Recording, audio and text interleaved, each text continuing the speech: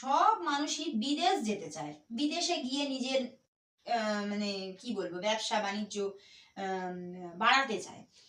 বিদেশ কিভাবে মানুষ যাচ্ছে, এই আয়ু রেখা থেকে কোনো রেখা যদি আমাদের চন্দ্রের দিকে চলে আসে, আর সেই চন্দ্রের দিকে যে রেখাটা আসছে সেটা অভগ্ন অবস্থায় থাকে এবং সুন্দর থাকে, তাহলে মানুষ বিদেশে যায়, বিদেশে গিয়ে তার ব্যবসা বাণিজ্য করতে পারে।